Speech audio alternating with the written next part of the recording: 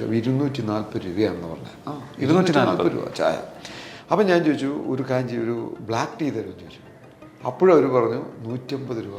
150 രൂപയാണ് ഒരു കട്ടൻ ചായ. കട്ടൻ ചായ. അപ്പോൾ ഇപ്പോൾ സെൻട്രൽ ഗവൺമെൻറ് ഈ പരാതികളുടെയൊക്കെ അടിസ്ഥാനത്തിൽ സെൻട്രൽ ഗവൺമെൻറ് ഉഡാൻ കഫേ എന്ന് പറഞ്ഞിട്ട് എല്ലാ എയർപോർട്ടിലും ന്യായവിലയ്ക്ക് കാപ്പിയും ചായയും കൊടുക്കുക. അതായത് 10 രൂപയ്ക്ക് ചായ, 15 രൂപയ്ക്ക് 20 രൂപയ്ക്ക് കോഫി. ഒരു 12 വർഷം ഈ കരാർ കമ്പനി എടുത്തിട്ട് 360 ആളുകൾ മരിച്ചു. ദേശീയപാത അതോറിറ്റി ചെയർമാൻ അടക്കം നരഹത്യക്ക് കേസെടുത്തു, FIR ഇട്ടു. എന്തുകൊണ്ട് കേരളത്തിലെ വ്യവസായികൾ തമിഴ്നാട്ടിലേക്ക് പോകുന്നു? അവർക്ക് അവിടെ വളരെ നല്ല രീതിയിലുള്ള സ്വീകരണമാണ് ലഭിക്കുന്നത്. സുരക്ഷിതരുണ്ട്, അവർക്ക് എല്ലാവിധ സൗകര്യങ്ങളും ചെയ്തു കൊടുക്കുകയാണ്.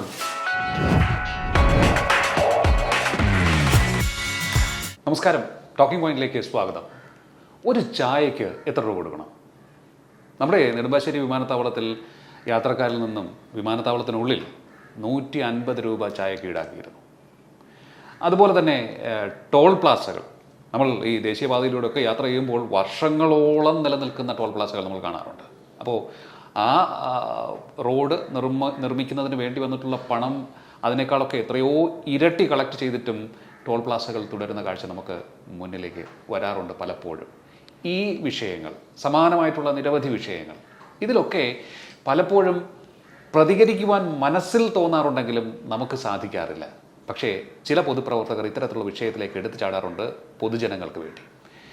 അത്തരത്തിലൊരാളെയാണ് ഞങ്ങളിന്ന് പരിചയപ്പെടുത്തുന്നത്. അഡ്വക്കേറ്റ് ഷാജി കോടൻകണ്ടത്ത്. അദ്ദേഹം KPCC സെക്രട്ടറിയാണ്, തൃശ്ശൂർ സ്വദേശിയാണ്, പൊതുപ്രവർത്തകനാണ്. നമസ്കാരം അഡ്വക്കേറ്റ് ഷാജി കോടൻകണ്ടത്ത്. ഈ കഴിഞ്ഞ ദിവസം വാർത്തയിൽ വന്നതാണ്, വിമാനത്താവളത്തിലെ ചായയുടെ നിരക്ക് ഇനി സാധാരണ നിരക്കിലേക്ക് എത്തിയിട്ടുണ്ട്. 15 രൂപയ്ക്ക് നമുക്ക് ചായ കിട്ടും, 20 രൂപയ്ക്ക് സ്നാക്സ് കിട്ടും, ആ ഒരു അവസ്ഥയിലേക്ക് എത്തിയിട്ടുണ്ട് എന്ന്.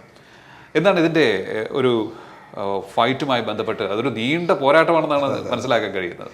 ഇത് 2019 ഞാനൊരു യാദൃശ്യമായൊരു ഡൽഹി യാത്ര ചെയ്യുമ്പോൾ ഞാൻ എൻ്റെ പേഴ്സ് ചെക്കിൻ ലഗേജിലിട്ടു. എൻ്റെ കയ്യിൽ ആകെ ഒരു 100 രൂപയാണ്. അത് നെടുമ്പാശ്ശേരി എയർപോർട്ടിൽ ഭയങ്കര തണുപ്പാണ്, AC-യിൽ. ആ സമയത്ത് ഞാൻ നെടുമ്പാശ്ശേരിയിൽ അവിടെ ഒരു കൗണ്ടറിൽ ചെന്ന് 100 രൂപ കൗണ്ടറിൽ വെച്ചിട്ട് ഒരു ചായ ചോദിക്കുകയാണ്. അപ്പോൾ എനിക്കാണെങ്കിൽ ചെറിയൊരു കോൾഡിൻ്റെ ഒരു ബുദ്ധിമുട്ടുണ്ട്. അപ്പോൾ ഒരു ചായ കുടിച്ചേ പറ്റൂ. അപ്പോൾ 100 രൂപ അവിടെ വെച്ച് ചോദിച്ചപ്പോൾ അവിടെ ഇരിക്കുന്ന ആ കുട്ടി എന്നെ നോക്കിയിട്ട് എൻ്റെ കൈ മലത്തി നോക്കി എന്താണെന്ന് ചോദിച്ചു. അപ്പോൾ ഞാൻ പറഞ്ഞു ചായ. അപ്പോൾ അവർ ചിരിച്ചിട്ട് പറഞ്ഞു 100 രൂപയ്ക്ക് ചായ കിട്ടില്ല. അപ്പം ഞാൻ ചോദിച്ചു, അല്ല അപ്പോൾ എത്ര രൂപയാണെന്ന് ചോദിച്ചു. 240 രൂപയാണെന്ന് പറഞ്ഞത്. 240 രൂപ ചായ. അപ്പം ഞാൻ ചോദിച്ചു, ഒരു കാഞ്ചി ഒരു ബ്ലാക്ക് ടീ തരുമെന്ന് ചോദിച്ചു. അപ്പോഴും അവർ പറഞ്ഞു 150 രൂപ. 150 രൂപയാണ് ഒരു കട്ടൻ ചായ. കട്ടൻ ചായക്ക്. അപ്പോൾ കട്ടൻ ചായ എന്ന് പറയുമ്പോൾ നമ്മൾ ചോദിക്കും സ്പെഷ്യലായിട്ടുള്ള ടീ ബാഗ് അതൊന്നുമല്ല. സാധാരണ ഒരു പ്ലാസ്റ്റിക് പോട്ടിൽ ചൂടുവെള്ളം ഒഴിച്ച് ഒരു ടീ ബാഗ് ഇട്ട് തരുന്നതിനാണ് 150 രൂപ അങ്ങനെ. അപ്പം ഞാൻ പറഞ്ഞു എനിക്കൊരു 100 രൂപ ചായ കിട്ടുമെന്ന് ചോദിച്ചു. അപ്പോൾ സോറി സാർ, ഇവിടെ 100 രൂപ ചായ ഇല്ല എന്ന് പറഞ്ഞു. അപ്പോഴാണ് ഞാൻ അപമാനിതനായി. എൻ്റെ ഒരു ആവശ്യം തീർക്കാൻ പറ്റും 100 രൂപ കൊണ്ട് ഒരു സാധാരണക്കാരന് ഒരു ചായ കുടിക്കാൻ പറ്റില്ല എന്നുള്ള എനിക്ക് ഫീൽ ചെയ്യുന്നത്. തന്നെയല്ല, ഒരു ഇന്ത്യക്കാരൻ്റെ ആവറേജ് ഒരു ഡെയിലി വേജസ് തന്നെ 223 രൂപയെന്നൊക്കെയാണ് കിട്ടുന്നത് ഒരു സാധാരണ ഒരു ഇന്ത്യക്കാരന്, അവൻ്റെ ഒരു ദിവസത്തെ വേതനം. അപ്പോൾ ആ അവസ്ഥയിൽ ഒരു ചായക്ക് 100 രൂപയ്ക്ക് ചായ കിട്ടില്ല എന്ന് പറയുമ്പോൾ ഉണ്ടാകുന്ന ഫീലിംഗിൽ നിന്നാണ് ഞാൻ അന്ന് ഡൽഹി പോയി തിരിച്ചു വന്ന് ഇന്ത്യൻ പ്രൈം മിനിസ്റ്റർക്ക് ആദ്യമായി പരാതി കൊടുക്കുന്നത്. സത്യം പറഞ്ഞാൽ പരാതി കൊടുത്തപ്പോൾ എന്നെ സംബന്ധിച്ചിടത്തോളം ഇതിനൊരു മറുപടി ഒന്നും ഞാൻ പ്രതീക്ഷിച്ചില്ല. അപ്പം ഞാൻ അതിന് മറുപടി അങ്ങനെ ഞാൻ നോക്കാനും പോയില്ല.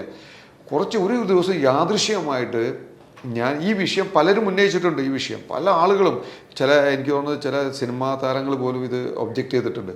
അപ്പോൾ അങ്ങനെ ഒരു ദിവസം ഞാൻ മെയിൽ നോക്കുമ്പോഴാണ് പ്രധാനമന്ത്രിയുടെ ഓഫീസിൽ നിന്ന് നെടുമ്പാശ്ശേരി എയർപോർട്ട് അതോറിറ്റിയോട് എക്സ്പ്ലനേഷൻ ചോദിച്ചു. അവരോട് ചായയുടെ വില, ഈ ന്യായമായ വിലയ്ക്ക് ചായയും കാപ്പിയും കൊടുക്കാമെന്ന നിർദ്ദേശം വന്നു. എയർപോർട്ട് അതോറിറ്റി, ഈ നെടുമ്പാശ്ശേരി എയർപോർട്ടുകാർ പ്രധാനമന്ത്രി ഓഫീസിലേക്ക് മറുപടി അയച്ചു. 10 രൂപയ്ക്ക് ചായയും 15 രൂപയ്ക്ക് കാപ്പിയും 15 രൂപയ്ക്കും സ്നാക്സും കൊടുക്കാമെന്ന് പറഞ്ഞിട്ടാണ് അന്ന് അത് വന്നത്. അത് ആ 2020 ആഗസ്റ്റിൽ എല്ലാ മാധ്യമങ്ങളിലും വന്ന വാർത്തയാണ്, എല്ലാ മാധ്യമങ്ങളിലും വന്നത്. പക്ഷെ അതിനുശേഷം ഈ ഒരു കൗണ്ടർ തുടങ്ങി നെടുമ്പാശ്ശേരിയിൽ. ആ കൗണ്ടർ അപ്പോൾ അതിനൊക്കെ കോവിഡിൻ്റെ വിഷയമൊക്കെ വന്നു. അതിന് കുറച്ച് നാൾ ഈ കൗണ്ടർ നന്നായി പോയി. ഡിപ്പാർച്ചർ ലോഞ്ചിൽ ഈ കൗണ്ടർ ഉണ്ടായിരുന്നു. ചായ കുടിച്ചവരൊക്കെ നമ്മളോട് സന്തോഷം പറഞ്ഞു. ഒരുപാട് ആൾക്കാർ, ഞാൻ ഇത്രയും എനിക്കൊരു റെസ്പോൺസ് കിട്ടിയ വേറൊരു വാർത്ത ഉണ്ടായിട്ടില്ല. നമ്മളൊരു കത്താണ് കേട്ടോ, നമ്മൾ വലിയ ഹർജിയൊന്നല്ല കൊടുത്തൊരു കത്ത്. അത് കഴിഞ്ഞ് ഒരു കൊല്ലത്തോളം എനിക്ക് തോന്നുന്നത് അവിടെ കൗണ്ടർ ഉണ്ടായിരുന്നു. അതിനുശേഷം ഈ 240 രൂപയ്ക്ക് ചായ കൊടുക്കുന്ന ഒരു വലിയ ലോബിയാണ്. ഇന്ത്യയുടെ പല എയർപോർട്ടുകളിലും ഇവർക്ക് ശൃംഖലകളുണ്ട്. ഓക്കെ.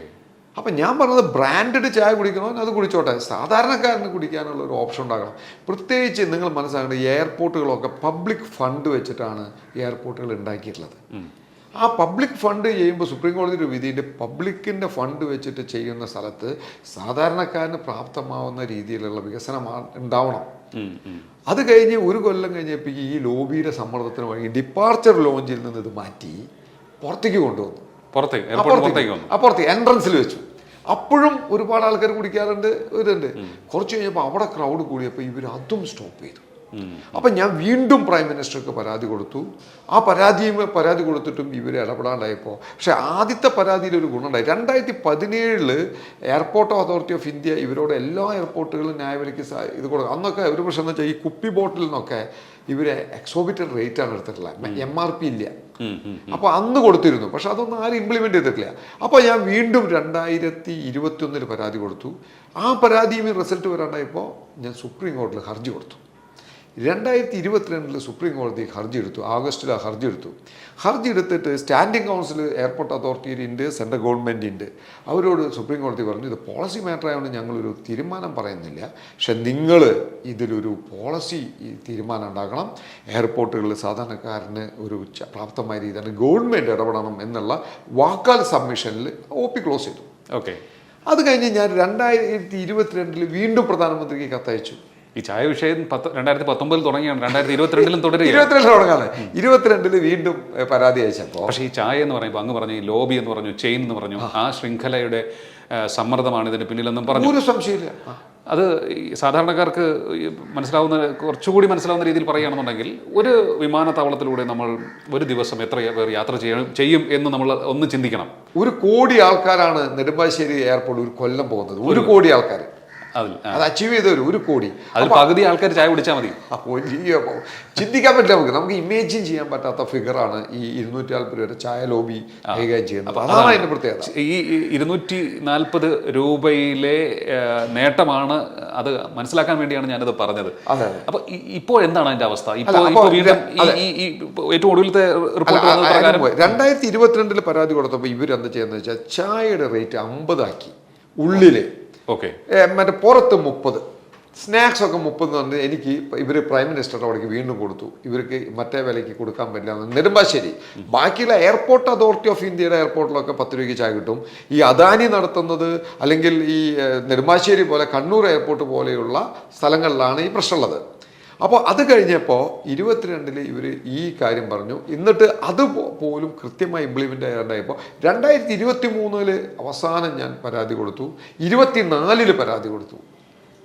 ഇത് ഈ കൃത്യമായിട്ട് ഇത് പാലിക്കുന്നില്ല, ഇങ്ങനെയുള്ള എയർപോർട്ടുകൾ അടിയന്തരമായി ഒരു സർക്കാർ ഇടപെട്ട് ഒരു സിസ്റ്റം കൊണ്ടുവരുമെന്ന് പറഞ്ഞു. അതുപോലെ തന്നെ പാർലമെൻറ്റിൽ പല MP ഉന്നയിച്ചിട്ടുണ്ടെന്നാണ് എനിക്കറിവ്. അപ്പോൾ ഇപ്പോൾ സെൻട്രൽ ഗവൺമെൻറ് ഈ പരാതികളുടെയൊക്കെ അടിസ്ഥാനത്തിൽ സെൻട്രൽ ഗവൺമെൻറ് ഉഡാൻ കഫേ എന്ന് പറഞ്ഞിട്ട് എല്ലാ എയർപോർട്ടിലും ന്യായവിലയ്ക്ക് കാപ്പിയും ചായയും കൊടുക്കുക. അതായത് 10 രൂപയ്ക്ക് ചായ, 15 രൂപയ്ക്ക്, 20 രൂപയ്ക്ക് കോഫി, 20 രൂപയ്ക്ക്. ഇത് എയർപോർട്ട് അതോറിറ്റി ഓഫ് ഇന്ത്യയുടെ കീഴിലുള്ള വിമാനത്താവളങ്ങൾ മാത്രമാണോ? എല്ലാ സ്ഥലത്തും ഇംപ്ലിമെന്റ് ചെയ്യുമെന്നാണ് വിവരം കിട്ടിയിട്ടുള്ളത്, എല്ലാ എയർപോർട്ടിലും. ഓക്കെ. അപ്പോൾ എന്തായാലും പക്ഷേ മറ്റേ ലോബി അടങ്ങിയിരിക്കുമെന്ന് തോന്നുന്നില്ല അല്ലേ? സത്യമായിട്ട് അവർ വലിയ ലാഭമല്ല കിട്ടുന്നത്, കൊള്ള ലാഭമല്ല കിട്ടുന്നത്. നിരന്തരമായിട്ടുള്ള പരിശ്രമം ഈ ഒരു വിഷയത്തിന് നിർബന്ധമായിട്ടുണ്ടാവും. ഫോളോ അപ്സ് വേണം.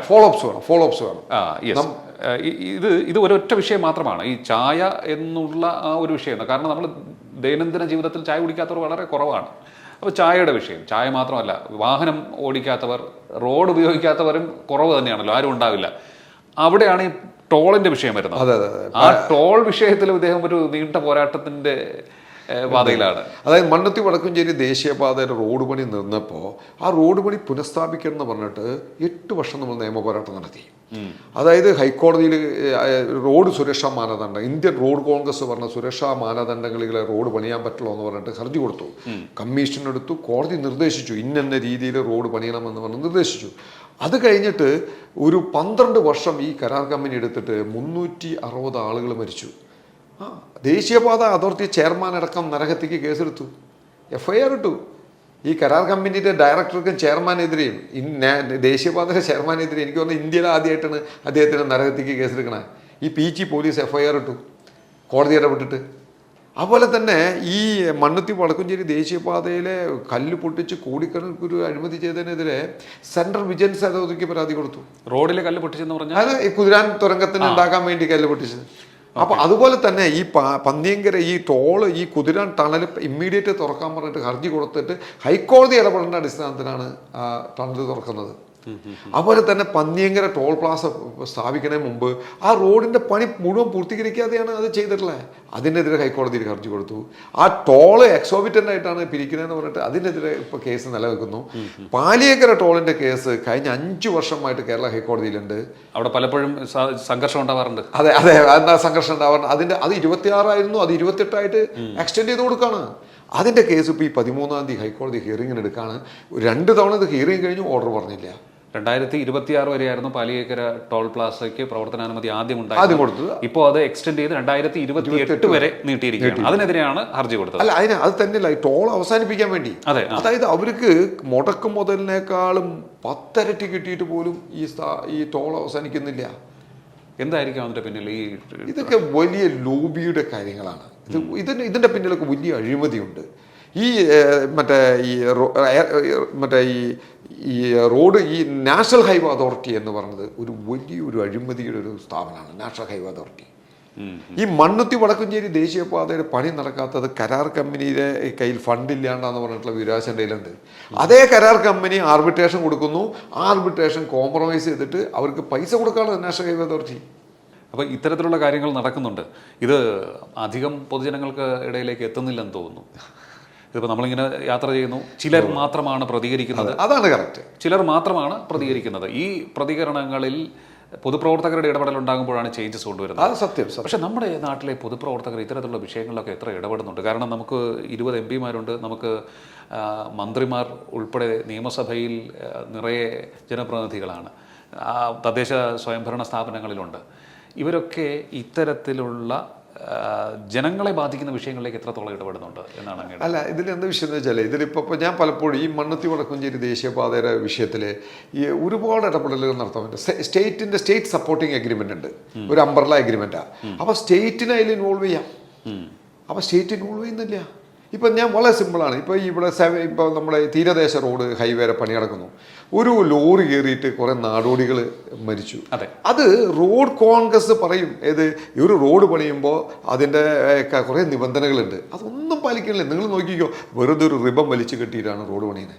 അപ്പോൾ ഇതൊന്ന് ക്വസ്റ്റ്യൻ ചെയ്യാൻ ആരും തയ്യാറല്ല. വെറും ഈ റോഡ് കൺസ്ട്രക്ഷന് വേണ്ടി പ്രത്യേക എഞ്ചിനീയേഴ്സ് ഉണ്ട്, അതല്ലാതെ സിവിൽ എഞ്ചിനീയേഴ്സാണ് നമ്മുടെ റോഡ് പണിയുന്നതെന്നാണ് എനിക്ക് മനസ്സിലാക്കാൻ സാധിച്ചത് പല സ്ഥലങ്ങളിലും. അപ്പോൾ റോഡ് പണിയാൻ റോഡ് എഞ്ചിനീയേഴ്സ് വേണം, എത്തുന്നില്ല. സാങ്കേതികം നമ്മളിപ്പോൾ ചന്ദ്രനിലേക്ക് പോലും നമ്മൾ ഈ സൂര്യാസ്തിക്കും ചന്ദ്രനിലേക്ക് പല കാര്യങ്ങൾ സാങ്കേതികമായിട്ട് ഇന്ത്യ ഒരുപാട് മുന്നേറിയിട്ട് പോലും മര്യാദയ്ക്ക് നമുക്ക് റോഡ് ഉണ്ടാക്കാൻ സാധിക്കുന്നില്ല. ആ റോഡ് പണി നടക്കുമ്പോൾ ഇന്ത്യൻ റോഡ് കോൺഗ്രസ് പറഞ്ഞ സുരക്ഷാ മാനദണ്ഡങ്ങൾ പാലിക്കുന്നില്ല. അതുകൊണ്ടല്ലേ ഈ അപകടങ്ങൾ ഉണ്ടാവണേ. ഇതിൻ്റെയൊക്കെ ഒരു മോണിറ്ററിംഗ് സിസ്റ്റം ശരിക്കും വർക്ക് ചെയ്യുന്നില്ല എന്നല്ലേ? സത്യമായിട്ടും മോണിറ്ററിംഗ് സിസ്റ്റം വർക്ക് ചെയ്യുന്നില്ല. അതെ, ഇപ്പോൾ നമ്മൾ സാധാരണക്കാരുടെ ജീവിതത്തിലേക്ക് വരുമ്പോൾ നമ്മളിപ്പോൾ ഞാൻ തൃശ്ശൂരിൽ നിന്നാണ് സംസാരിക്കുന്നത്. തൃശ്ശൂർ സ്വർണ്ണ വ്യാപാരത്തിന് പേര് കേട്ട സ്ഥലമാണ്. ഇവിടുത്തെ വ്യാപാര വ്യവസായ രംഗം നോക്കുകയാണെന്നുണ്ടെങ്കിൽ ഇപ്പോൾ എങ്ങനെ പോകുന്നുണ്ട്? ഞാൻ ഈ മോണിറ്ററിങ്ങുമായി ബന്ധപ്പെടുത്തി ഒന്ന് തൃശ്ശൂർ എന്ന് പറയുമ്പോൾ ഈ ഇന്ത്യയുടെ ഗോൾഡിൻ്റെ വലിയൊരു ശതമാനം കൈകാര്യം ചെയ്യുന്നത് തൃശ്ശൂർക്കാരാണ്. എല്ലാ സിറ്റികളിലും തൃശ്ശൂർക്കാരുടെ ജ്വല്ലറികളുണ്ടാവും. അപ്പോൾ ഗോൾഡ് ബിസിനസ്സിനെ പ്രോത്സാഹിപ്പിക്കുന്നൊരു നയം സർക്കാരിൻ്റെ ഭാഗത്തു നിന്നില്ല. അവർക്ക് ആവശ്യമായ സുരക്ഷ നൽകുക, അവർക്ക് ആവശ്യമായ തൊഴിലാളികൾക്ക് സംരക്ഷണം നൽകുക, അത് തൊഴിൽ ഉറപ്പ് നൽകുക, അങ്ങനെയുള്ള കാര്യങ്ങൾ അവനെ പ്രോത്സാഹിപ്പിക്കാൻ ഒരു ഗോൾഡ് സിറ്റി ആക്കി മാറ്റാൻ തൃശ്ശൂരിനെ. അതുപോലെ തന്നെ ഒരു കാലത്ത് ഓട്ട് വ്യവസായം ഏറ്റവും കൂടുതൽ തൃശ്ശൂരായിരുന്നു.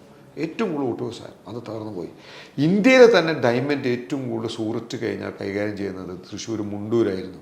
ഇന്ന് ഡയമണ്ട് ബിസിനസ് ഇല്ല. ഇപ്പം മാടക്കത്തറ, ഉല്ലൂരിൻ്റെ മാടക്കത്തറയ മണ്ണുത്തിയാണ് ഇന്ത്യയിൽ ഏറ്റവും കൂടുതൽ ഈ നഴ്സറി ബിസിനസ് നടക്കുന്നത്, ഈ ചെടികളുടെ ഇത്. പക്ഷെ അതിനെ പ്രോത്സാഹിപ്പിക്കാനൊരു നയമില്ല.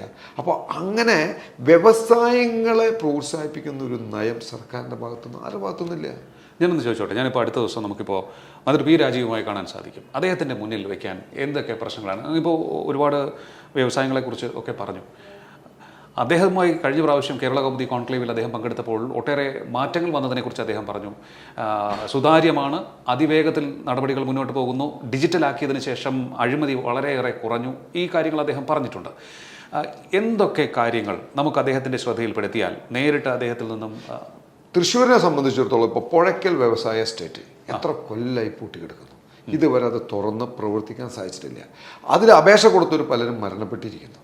അപ്പം പിന്നെ വ്യവസായം ഇവിടെ തുടങ്ങാൻ വേണ്ടി ഉള്ള ഗവൺമെൻറ് ഭാഗത്തു നിന്നുള്ള മുഴുവൻ സഹായങ്ങൾ ചെയ്യണം. ഇപ്പോൾ വളരെ സിമ്പിളായിട്ട് ഞാൻ പറഞ്ഞുതരാം. ഇപ്പോൾ ഇവിടെ കഴിഞ്ഞ ദിവസം ഈ സ്വർണ്ണ വ്യാപാരികളെ റോഡിലിട്ട് GSTക്കാർ ഓടിയെത്തി പിടിക്കുന്ന സംഘം കണ്ടു. കള്ളന്മാരെ പോലെയാണ് കൈകാര്യം ചെയ്യുന്നത്. വ്യവസായം തുടങ്ങണവൻ ഒരു അവൻ്റെ ഭാഗത്തുനിന്ന് അഴിമതി ഉണ്ടെങ്കിൽ അതിന് നിയമപരമായ നടപടി എടുക്കുക. അവരെ പീഡിപ്പിക്കാൻ ശ്രമം നടത്തരുത്. എന്തുകൊണ്ട് നമ്മളൊരു കാര്യം ആദ്യം പഠിക്കേണ്ടത്, എന്തുകൊണ്ട് കേരളത്തിലെ വ്യവസായികൾ തമിഴ്നാട്ടിലേക്ക് പോകുന്നു? അവർക്ക് അവിടെ വളരെ നല്ല രീതിയിലുള്ള സ്വീകരണമാണ് ലഭിക്കുന്നത്. സുരക്ഷിതരുണ്ട്, അവർക്ക് എല്ലാവിധ സൗകര്യങ്ങളും ചെയ്തു കൊടുക്കുകയാണ്. ബേസിക് ഇൻഫ്രാസ്ട്രക്ചർ ഉണ്ട്. പൊളിറ്റീഷ്യൻസിന്റെ ഇടപെടലുകളില്ല, യൂണിയനുകളുടെ ഇടപെടലുകളില്ല. ഒരു പൊളിറ്റീഷ്യനാണ് പൊതുപ്രവർത്തകൻ. തീർച്ചയായിട്ടും. അപ്പോൾ ഇവിടെ അപ്പോൾ ബിസിനസ് നടത്തിക്കൊണ്ട് പോകണമെന്നുണ്ടെങ്കിൽ പൊളിറ്റീഷ്യൻസിന്റെ സഹായമാണ് വേണ്ടത്, ചൂഷണമല്ല വേണ്ടത്, അവരെ സഹായം വേണ്ടത്. അല്ലെങ്കിൽ അടുത്ത തലമുറ ഇവിടെ ഒരു ജോലിക്ക് വേണ്ടി ഈ നാട്ടിൽ നിന്ന് പോകുന്നത് എന്തുകൊണ്ടാണ്? അടുത്ത തലമുറ ജോലിക്ക് വേണ്ടി നാട്ടിൽ പോകുന്നത്. ഇവിടെ അവനൊരു സൗകര്യങ്ങളില്ല, അടിസ്ഥാന സൗകര്യങ്ങളില്ല. അവന് നല്ല ജോലി കിട്ടാനില്ല, അവന് നല്ല രീതിയിൽ അവന് വ്യവസായം കൊണ്ടുനടക്കാൻ സാധിക്കുന്നില്ല. ഓക്കെ, അങ്ങയുടെ ഇപ്പോൾ ഏതെങ്കിലുമൊക്കെ കേസിന്റെ പിന്നാലെ ഉണ്ടോ? തീർച്ചയായിട്ടും പൊതുവിഷയങ്ങളിൽ ഏതൊക്കെയാണത്? ഇപ്പോൾ മറ്റേ തൃശ്ശൂർ ഇന്ന് ഹൈക്കോടതിയിലുണ്ട് തൃശ്ശൂർ കാഞ്ഞാണി റോഡിന്റെ വിഷയം. ഇന്ന് ഹൈക്കോടതിയിൽ നിലനിൽക്കുന്ന തൃശ്ശൂർ കാഞ്ഞാണി റോഡ്. അതുപോലെ തന്നെ തൃശ്ശൂരിലെ ഒരു ശുദ്ധജല പദ്ധതിയുണ്ട്, കോൽമാട് ശുദ്ധജല പദ്ധതി. ഹൈക്കോടതിയിൽ ദേവൻ രാമചന്ദ്രൻ ജസ്റ്റിസിന്റെ ഒരു ഉത്തരവുണ്ട്. 6 മാസത്തിനുള്ളിൽ അതിന്റെ പ്രൊജക്ട് വേണം. അതായത് 7 പഞ്ചായത്തും ഒരു മുനിസിപ്പാലിറ്റിക്കും കുടിവെള്ളം കിട്ടുന്ന പദ്ധതി. ഗുരുവായൂർ മുനിസിപ്പാലിറ്റി അടക്കം ഏനാമാവ് റെഗുലേറ്ററിന്റെ അടുത്ത് കോൽമാട് ശുദ്ധജല പദ്ധതി ഒരു വലിയൊരു ശുദ്ധജല പദ്ധതിയാണ്. പക്ഷെ ഇതുവരെ സർക്കാർ അതിന് പച്ചക്കുടി കാണിച്ചിട്ടില്ല. ഹൈക്കോടതിയുടെ ഡയറക്റ്റ് ഉത്തരവുകളാണ്. അങ്ങനെ നിരവധി വിഷയങ്ങളുമായിട്ടാണ് ഹൈക്കോടതിയിൽ നിൽക്കുന്നത്. നേരിട്ട് ഈ വകുപ്പ് മന്ത്രിമാരുമായി സംസാരിക്കാറുണ്ടോ ഈ വിഷയങ്ങളൊക്കെ? ഇല്ല, എനിക്ക് അതിനുള്ള സാധ്യത കിട്ടാറില്ല. നമ്മൾ പരാതികൾ കൊടുക്കുന്നു, ആ പരാതികൾ നടന്നില്ലെങ്കിൽ ഹൈക്കോടതിയിൽ ഫോളോ അപ്പ് നടത്തുന്നു. അതാണ്. പ്രവാസികൾക്ക് വേണ്ടി തന്നെ നമ്മൾ ഒരു കാര്യം ചെയ്തിട്ടുണ്ട്. അന്ന് ഈ നമ്മുടെ വാക്സിനേഷന് വലിയ കാശ് വന്നപ്പോൾ നമ്മൾ പരാതി കൊടുത്തിട്ടാണ് ആ വാക്സിനേഷന്റെ പൈസ ഒന്ന് കുറച്ചത്. എയർപോർട്ടിൽ നിന്ന് പോകുമ്പോൾ വാക്സിനേഷന്റെ പൈസ. അതെ, എന്തായാലും പൊതുപ്രവർത്തകർക്ക് വേണ്ടി കേസും നടപടികളുമായി മുന്നോട്ട് വരാൻ ആരെങ്കിലുമൊക്കെ വേണം. അത് എന്നും ആരെങ്കിലുമൊക്കെ ഉണ്ടാകും.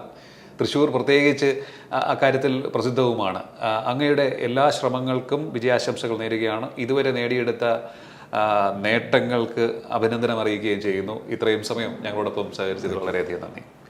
അഡ്വക്കേറ്റ് ഷാജി കോടൻകണ്ടത്താണ് നമ്മോട് സംസാരിച്ചത്. പൊതുപ്രവർത്തകൻ എന്ന് വളരെ ആത്മവിശ്വാസത്തോടു കൂടി പറയാൻ സാധിക്കുന്ന ഒരു വ്യക്തിത്വത്തിന് ഉടമ.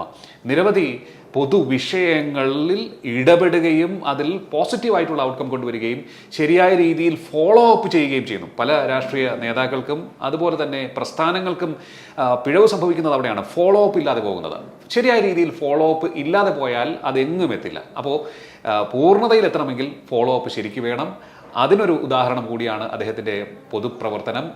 എല്ലാ വിജയവും അദ്ദേഹത്തിന് നമുക്ക് ആശംസിക്കാം. ടോക്കിംഗ് പോയിന്റ് അധ്യായം ഇവിടെ പൂർണ്ണമാകുന്നു. ഇനി അടുത്ത എപ്പിസോഡിൽ കാണാം. നമസ്കാരം.